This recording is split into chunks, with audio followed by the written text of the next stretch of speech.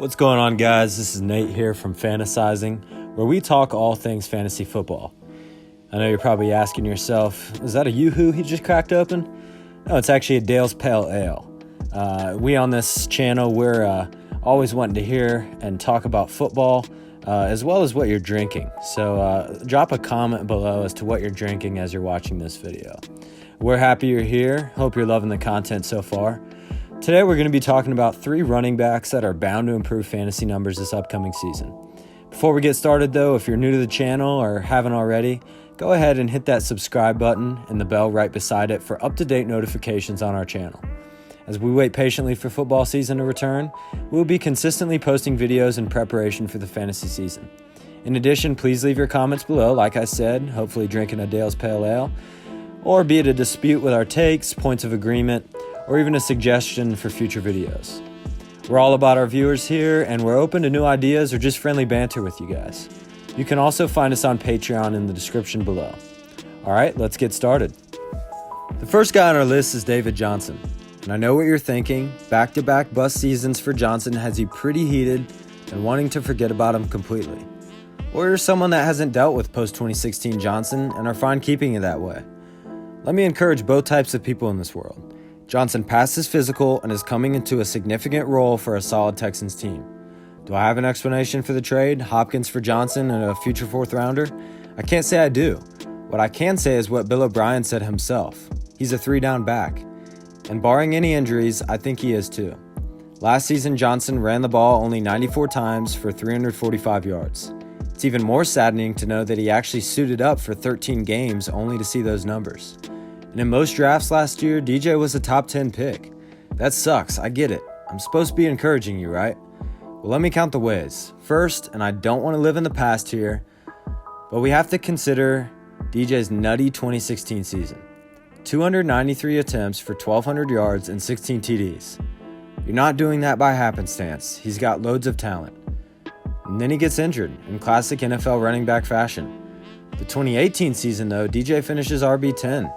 And we're not far enough removed from that to give up on him entirely. Yet people are. But now we get to see him in a different uniform, playing on a better team, with a better O-line, and alongside a better quarterback. The Cardinals had a run-blocking grade among the 4 worst teams in the league last year. The Texans, with the addition of Tunsil, actually have a functioning O-line, in the top 20 and exceeding expectations. And it showed for Carlos Hyde and Duke Johnson.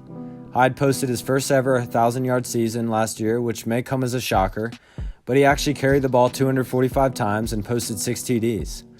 For whatever reason, he didn't go for the Texans' offer, and hello David Johnson. And now you might be concerned by a load share with Duke Johnson, and to be honest, it'll probably happen to some extent. But even Deshaun Watson considers Duke just a receiver playing running back. He only carried the ball 83 times last year. I actually think he's a better back than that. But the Texans clearly don't, and they do think that of DJ. DJ is also still a phenomenal pass-catching back. On 47 targets last year, DJ caught the ball 36 times for 370 yards and 4 TDs. He only had 2 rushing TDs. If he can replicate his PPR numbers and just run the ball to the extent that Hyde did, which will likely lead to more pay dirt, he's guaranteed to improve on last year. And remember, that's what we're talking about. We're talking about running backs that will improve numbers from last season. DJ finished RB37 last year. Now, I'm not going to sit here and say that we're going to see 2016 DJ or even 2018 DJ, but he's likely going to fall into round 5, maybe 6. If so, absolutely take him and expect to see him at least in the top 25 with top 20 RB upside.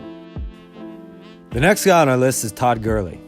Again, someone that everyone seems to be down on, but someone with outstanding talent and actually 2 RB1 fantasy seasons under his belt. So why the shade? Well, health is a major cause for concern, sure. He hasn't quite looked the same since his knee surgery, but he actually had a decent year, all things considered. He was down big time on yardage, running the ball 223 times for only 857 yards at 3.8 yards per carry. Note that the Rams O-line ranked 31st last year though, after being ranked 13th the year prior. And what did Gurley do that year? Huge contrast, 4.9 yards a carry for 1,200 yards and 17 TDs. Of course, the O-line is not entirely responsible, but they play a large part. They dealt with injuries and suffered from shuffling pieces around. That sort of thing directly impacts any running back's performance. Even still, Gurley finished as RB14, maybe as a touchdown-reliant back, but nevertheless not a bad finish given the circumstances. One of those circumstances being just how bad the Rams got after their 3-0 start. Besides the slow start for Gurley, posting just 15, 11, and 4 points in PPR formats, most of his down weeks were the result of a small touch count due to bad losses. For instance, in the 17-12 loss to the Steelers and the 45-6 loss to the Ravens, Gurley saw just 12 and 6 touches, respectively. Those weeks, Gurley delivered a hugely disappointing 7 and 4 fantasy points. But look at his numbers when given the respect he deserves. In the last 5 weeks of the season, Gurley averaged 18 fantasy points on an average of 18 carries. And that to me looks a lot like an RB1 again. So what do we make of the cut and the sign by the Falcons? The cut has been chalked up as a financial decision and nothing more. But I understand the reason for doubt. That doesn't change the fact, though, that Gurley now joins a stacked Falcons offense with, albeit not much better, a better O-line and what should be a heavy workload, at least similar to Devonta Freeman's.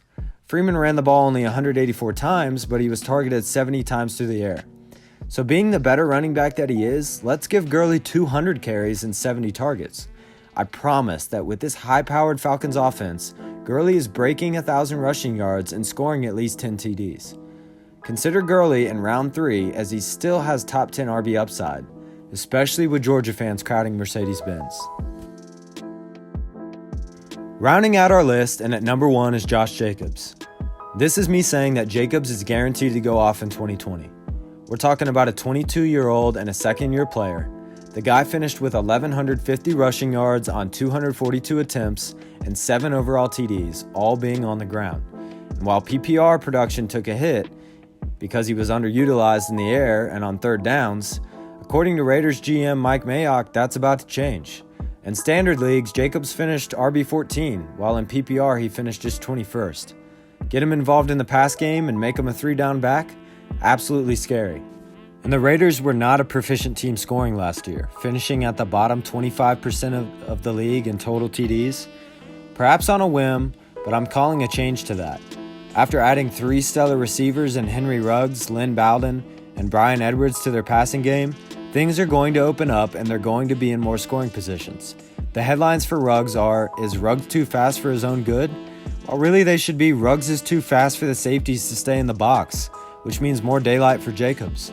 Probably a long-winded headline, but it's the truth. And on the subject of Jacobs in open space, there's just too much to be said.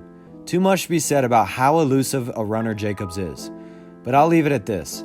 Pro Football Focus ranked Jacobs number 1 of all runners on the elusiveness factor, a formula that factors missed tackles force and yards after contact.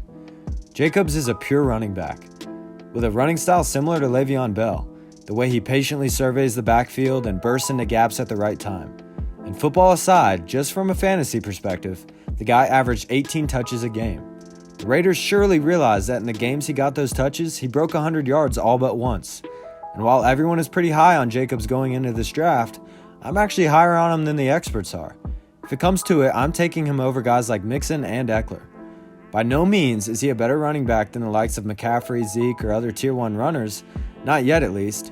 But as far as fantasy goes, he's a steal in the second round, with definite RB1 potential.